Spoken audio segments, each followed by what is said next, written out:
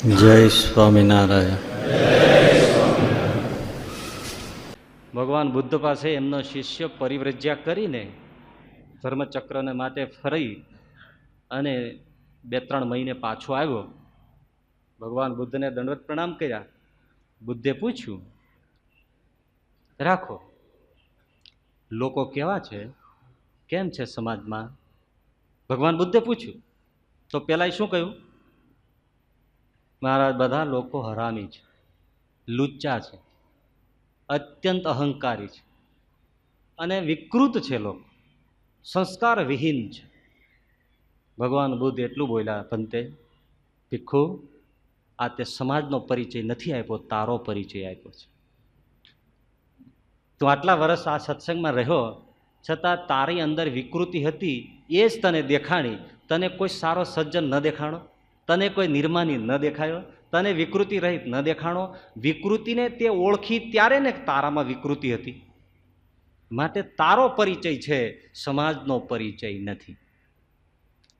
બીજી વાત બુદ્ધે બહુ સરસ કરી કે કૂતરો મળ, વિષ્ટા, મૂત્ર આવું ગંદી વસ્તુઓ ચાટે છે.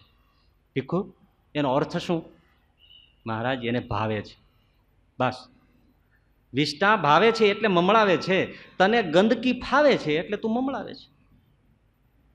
તને જો સત વસ્તુનો સ્વાદ આવ્યો હોત, તને નિર્વાણનો સ્વાદ આવ્યો હોત, તો તે ન મમળાવ્યું હોત. નિર્વિકાર દશાનો તને સ્વાદ આવ્યો હોત તો તે ન મમળાવ્યું હોત. આપણે નક્કી કરવાનું છે આપણે દિવસમાં શું મમળાવીએ છીએ. આપણને ગુણ ગમે છે તો એ મમળાવીએ. અવગુણ જ મમળાવતા હોય, હાથમાં વચનામૃતનો ચોપડો હોય ને અવગુણ મમળાવતા હોય તો આપણને વિષ્ઠા ભાવે છે, એનું પ્રમાણપત્ર છે. સીધી વાત છે, હું ખોટું નથી કહેતો ને. આપણને શું ભાવે છે એ આપણે મમળાવીએ. કૂતરાને જેમ વિષ્ઠા ભાવે છે તો મમળાવે છે. આપણને જો અવગુણ ફાવતા હોય તેનો અર્થ છે કે આપણને સ્વાદુ લાગે છે, આપણે ભગવાનનું નામ ગમતું નથી, એટલું મીઠું નથી લાગતું. બીજાનો અવગુણ લેવો, બીજાની નિંદા કરવી, બીજાની ઈર્ષા કરવી. નિંદા, અમારા નારાયણ ભગત સરસ કહેતા, એ નિંદામાં તો એવો હવાદ આવે કે એવો તો રીંગણાના વઘારના સ્વાદ ન આવે, એવો સ્વાદ આવે. રાયતું રાયતું નીકળી જાય. મીઠું લાગે તો મમળાવે છે ને. મીઠું લાગે છે એનો અર્થ છે કે જે ગંદુ છે એ ભાવે છે. એ ભાવે છે એ કોનો પરિચય? કોઈ પણ પ્રાણી એવું ચાટે છે તેનો પરિચય શું? કે કૂતરું કે ભૂંડ છે. આપણે એ ચાટીએ છીએ એનો અર્થ શું છે? કે આપણે સત્સંગી કહ્યા એવા નથી, આપણને આ ગંદકી ફાવે છે.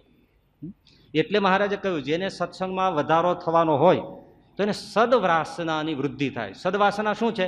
મારે સંત થવું છે, મારે શુદ્ધ થવું છે, મારે સેવક થવું છે, મારે દાસ થવું છે, મારે નિર્માની થવું છે. આપણે સાધુ થયા, આપણે સત્સંગી થયા, દોષ ટાળવા માટે થયા છીએ, દોષ વધારવા માટે નથી.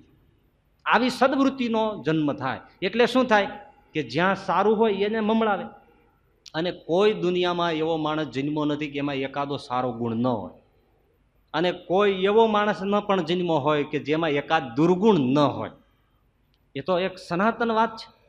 લેવું છે શું એના ઉપર આધારિત છે. જો લેવામાં ફરક પડી જાય તો વાત આખી તો બદલાઈ જાય. લેવું છે શું?